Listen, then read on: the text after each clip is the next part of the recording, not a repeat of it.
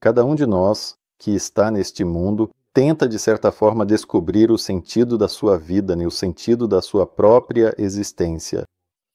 E naturalmente surge a pergunta: como eu vim parar aqui? Por que estou inserido neste processo histórico?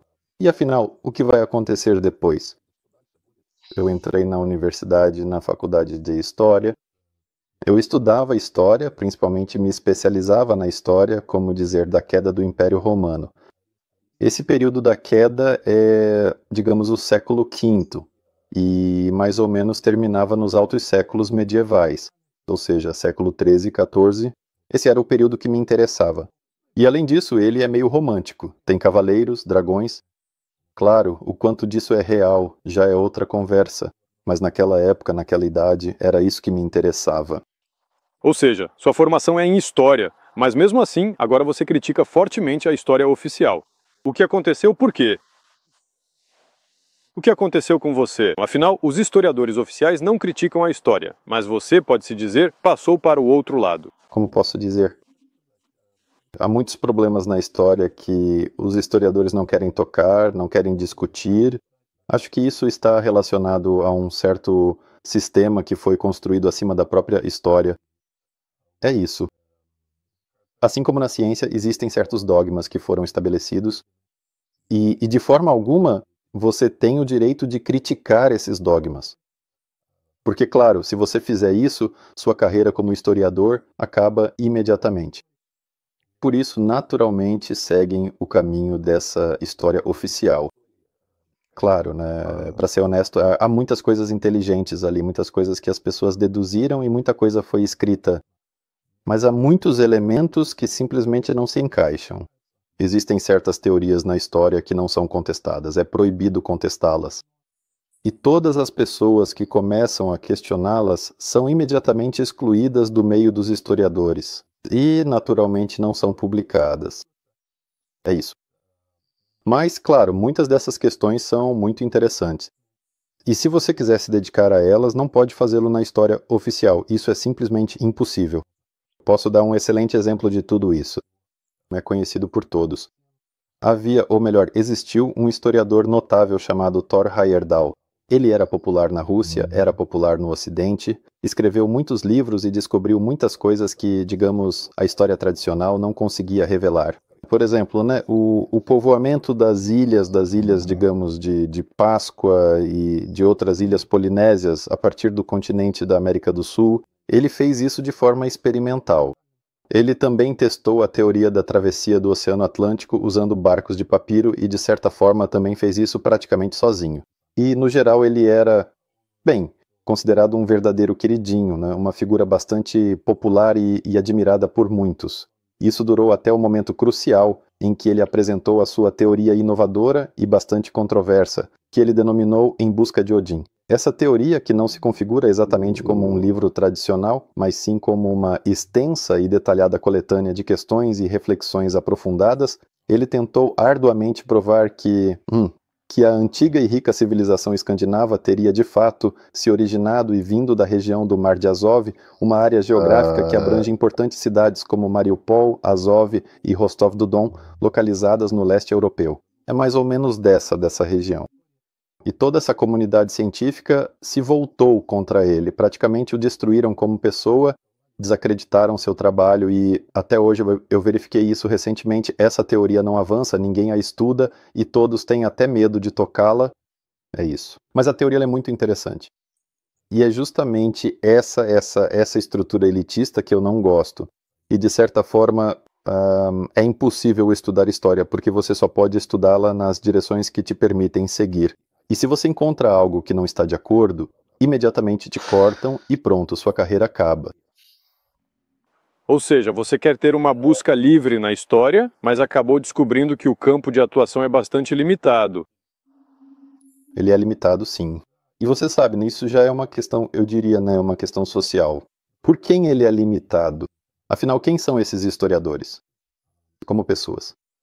Você sabe por que, por exemplo, uma pessoa se torna professor de história? Na sua opinião, o que você acha? Provavelmente essa pessoa gosta do passado, tem interesse pelo que aconteceu antes e, consequentemente, segue para essa área. Bem, em parte sim. Mas, no geral, as pessoas que não são todos, assim, professores de história notáveis, há especialistas, de fato, mas, de modo geral, os historiadores, em sua estrutura, nessa espécie de sobreposição burocrática, são, no geral, pessoas infantis, porque, como dizer isso? Eternos estudantes. São pessoas que passaram a vida toda, bem, do jardim de infância para a escola, da escola para a faculdade, fizeram bacharelado, mestrado, conseguiram alguns certificados, depois doutorado, e por volta dos 40 anos eles já atingem um nível em que se tornam professores. E você sabe... aliás, é muito interessante assistir a conferências de professores. Essas pessoas, elas... estão sempre murmurando alguma coisa, tipo... E o grande problema é que eles estão constantemente citando alguém. Ou seja, eles não conseguem falar livremente em seu próprio nome. Eles precisam ter citações o tempo todo. Na história, isso é, bem, como em qualquer ciência, como a física, há, por exemplo, Einstein. Lá, Einstein disse isso, Newton disse aquilo. Na história, há seus próprios luminares. Isso é, digamos, uma crônica, por exemplo, Labeda, Geoffrey de Monmouth, Amiano Marcelino, Gildas. Na história russa, isso é Nestor, a crônica dos anos passados. Bem, alguns outros como Karamzin e assim por diante e coisas do tipo. Ou seja, os professores de história simplesmente não expressam sua própria opinião. Eles meio que citam outros e... bem, é assim que acontece. Eu tentei olhar para isso de um ponto de vista filosófico. Quer dizer, bem, o que há de errado nisso? As pessoas, de certa forma, trabalham, recebem salário, provavelmente têm famílias. Ou seja, de algum jeito precisam se sustentar. Mas a maioria dessas pessoas, ao que me parece, não gosta do que faz. Mas elas fazem isso porque não podem fazer outra coisa. E, de certa forma, esse sistema histórico, burocrático e universitário as colocou dentro de certos limites. Então, se elas escrevem suas publicações. A história, veja bem, olhe, a história se diferencia um pouco das ciências do ponto de vista das publicações. Porque, como é na ciência, lá, de qualquer forma, são feitos alguns experimentos, algo é descoberto, mas são detalhes pequenos. Por exemplo, o elétron se move 30 graus para este lado e já dá para escrever um artigo sobre isso. E na história, sobre o que você vai escrever? Todos esses documentos já foram encontrados há muito tempo, praticamente ninguém descobre nada novo. Às vezes encontram alguma coisa, mas depois se descobre que é uma falsificação. Então, os professores de história, principalmente os grandes nomes dessa área, se ocupam principalmente de traduções. Ou seja, pega-se um texto antigo e, por exemplo, os tipos de traduções que existem. Depois eles traduzem do jeito deles e dizem, olha, sabe, aqui algumas palavras foram traduzidas de forma errada, então o significado desse texto é um pouco diferente. Mas a essência do texto não muda, são só esses detalhes. E isso não é interessante, é entediante. E aí já não há mais nada a dizer. Ou seja, esse sistema foi originalmente criado de tal forma que, na verdade, não há muito o que fazer nele, em essência. Tudo já está escrito, tudo já está revelado, tudo já está, por assim dizer, organizado direitinho, não é? Na história, sim, há o que fazer, há muita coisa para se ocupar, mas esses são temas proibidos. E como eu disse, eu dei o exemplo do Thor Heyerdahl. Se você entra por esse caminho, você é excluído. Existem outros exemplos. Por exemplo, o mais famoso alternativo historiador da América do Norte, Graham Hancock. A mesma coisa, ou seja, ele tem suas próprias teorias, novamente interpretações da história, e ele, bem, é constantemente criticado por todos os arqueólogos e historiadores. Dizem que ele é burro, que ele é racista. Isso, aliás, é algo popular nos Estados Unidos. Se você chamar alguém de racista, sua carreira também pode acabar. Ou seja, ele tem uma teoria de que, bem, a América do Sul não foi fundada pelos indígenas, mas talvez por alguém que chegou de fora. E aí já dizem, você é racista porque está tirando dos indígenas o direito ao seu local de origem e às suas conquistas. E é isso. É mais ou menos assim que tudo isso funciona. Novamente, há muitos exemplos. Eu mesmo, pela minha experiência pessoal, também já me deparei com isso, de uma forma pequena. Teve uma época em que eu me interessei por essa questão das cidades subterrâneas, sabe? Essas cidades subterrâneas onde mesmo? Na Turquia. Lá existem, digamos, elas são como formigueiros, ou seja, debaixo da terra e, bem, ninguém sabe ao certo o que são. Bem, a história oficial diz que essas cidades, elas foram construídas para que as pessoas pudessem se esconder lá, por exemplo, quando vinha um exército inimigo, eles viam esse exército e imediatamente, se escondiam nessa cidade subterrânea, fechavam as portas e pronto. Ótimo.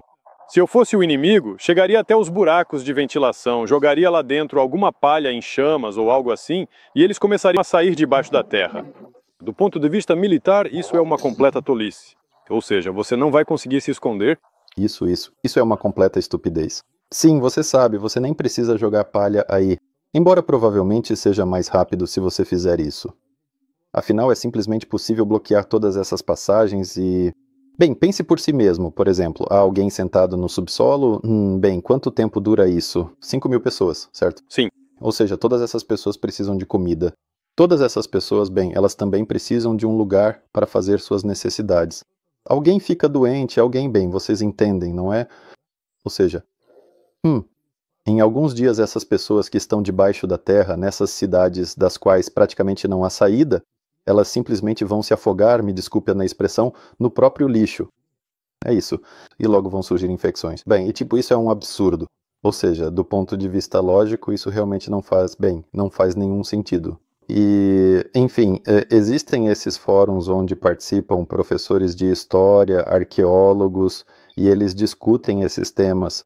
Esse assunto surgiu, eu entrei lá, comecei a comentar e basicamente falei sobre o que acabamos de discutir, que aqui de certa forma as coisas não batem. Essas cidades com certeza foram feitas para outra coisa.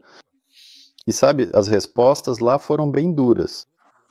E eu disse, por exemplo, vamos imaginar que essas pessoas entram, quanto de comida elas podem levar consigo? E água? Bem, e imediatamente alguém lá, e água sim. E logo um professor de arqueologia me respondeu algo como, sabe, imaginar na história nunca se pode. Bom, aí realmente não tem conversa. Ou seja, as pessoas simplesmente não querem olhar para a lógica elementar, para fatos elementares, e nem querem discuti-los. Bem, esse é um pequeno exemplo. Mas é assim, essa é a situação que existe na comunidade histórica, por assim dizer. E bem, o que se pode fazer? É assim mesmo. Ou seja, se você quiser estudar história novamente,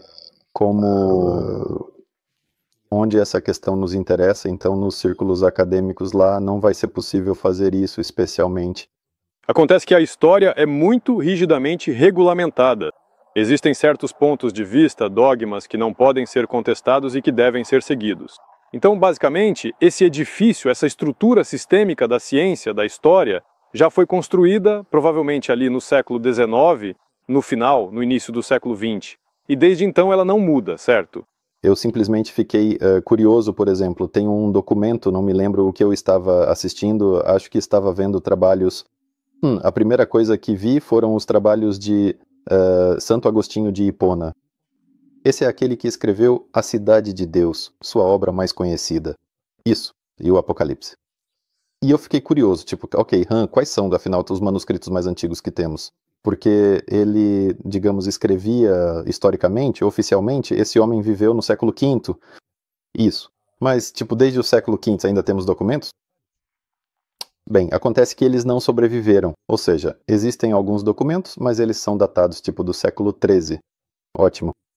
E quando esses documentos foram encontrados, afinal? Eles são datados do século XIII, mas quando foram encontrados? E aí acontece que a maioria dessas cronologias históricas foi encontrada em meados do século XIX, como você observou corretamente.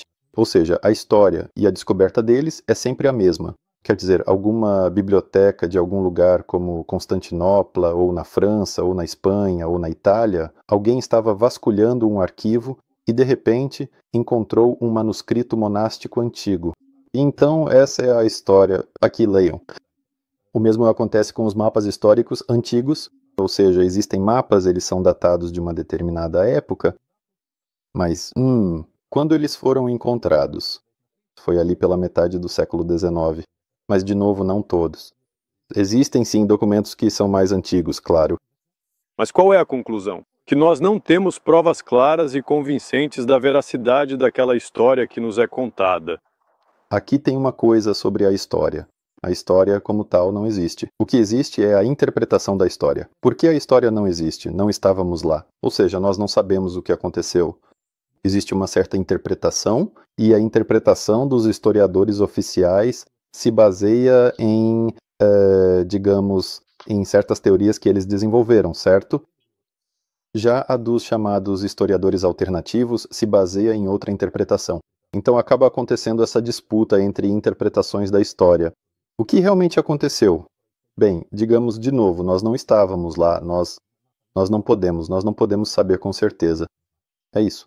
E quem, por exemplo, quem vai afirmar que foi exatamente assim, desse jeito, claro, essa pessoa teria que ter uma máquina do tempo, porque com as informações que temos hoje, é muito difícil determinar. É justamente esse o ponto, porque os historiadores dizem que foi assim, e nós sabemos com certeza que foi assim. E nos livros de história está escrito, não duvide, foi exatamente como escrevemos para você, foi assim, mas isso é apenas uma das versões. E onde estão as outras versões? Por que vocês consideram apenas uma versão como correta? E como você observou corretamente, a história está sempre mudando. Ou seja, vimos isso com a queda do Império Russo. Lá, criaram a União Soviética, reescreveram a história, depois a União Soviética caiu, reescreveram a história de novo, agora estão reescrevendo novamente. Alguns dados históricos mudam literalmente a cada 10 anos aqui na Rússia. Observar a história é, na verdade, uma ciência incrível. Eu recomendaria a todos se dedicarem a ela, mas recomendaria fazer isso de um jeito um pouco diferente do que é ensinado na universidade, ou seja, pelo método... Nunca estudem, por exemplo, a Grécia Antiga ou Roma. Isso está muito distante, e não se sabe se é verdade. Estudem a história local, ou seja, em cada cidade existe a sua própria história, seus próprios prédios antigos, seus monumentos, seus museus, seus próprios mapas geológicos. E é justamente desses lugares, além de você já estar ali presente e fisicamente, que você pode obter uma quantidade muito significativa de informações valiosas e relevantes. É isso. Combine isso com, digamos, com lógica, com o bom senso, e lembre-se sempre de que as pessoas não mudaram muito, de certa forma. A motivação das pessoas de hoje é a mesma que existia naquela época. E você vai descobrir muitas coisas para si mesmo. E, de certa forma, eu acho que você vai enriquecer a história. Mais uma vez, a situação com a história, no momento, é essa que temos. Mas eu acho que, novamente, se houver uma massa crítica de pessoas que disserem basta, se tudo for exposto ao público, algo aqui não está certo, então a história oficial vai, digamos, começar a mudar. Talvez não completamente, mas é isso. Essa é apenas a minha recomendação, digamos, e é isso.